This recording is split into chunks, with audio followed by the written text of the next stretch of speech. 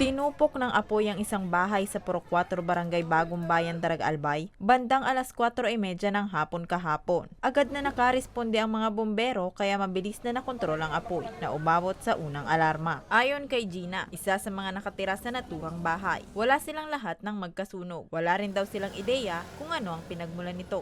Sa taas po, medyo dakol kasi ay yung mga duwang TV, kompletong gamit. Tapos may mga nagandigosyo man pati sa taas, naubos yung gamit ninda. Kami dito sa baba, ref lang, so ano mi dyan.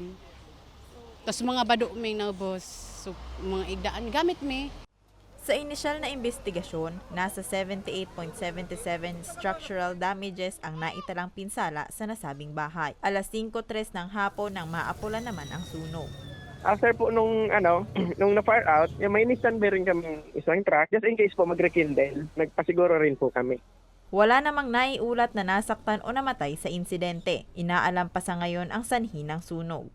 Under investigation pa po tayo. So dahil marami po tayong angle na tinitingnan. Kasi medyo kung sa medyo tricky yung sitwasyon po. Paalala ng BFP, siguraduhing patay ang mga ilaw at appliances bago umalis ng bahay. Huwag mag-iwan ng nasindihang kandila at maging alerto upang makaiwas sa mga insidente ng sunog. Alamin rin ang mga number ng emergency hotlines.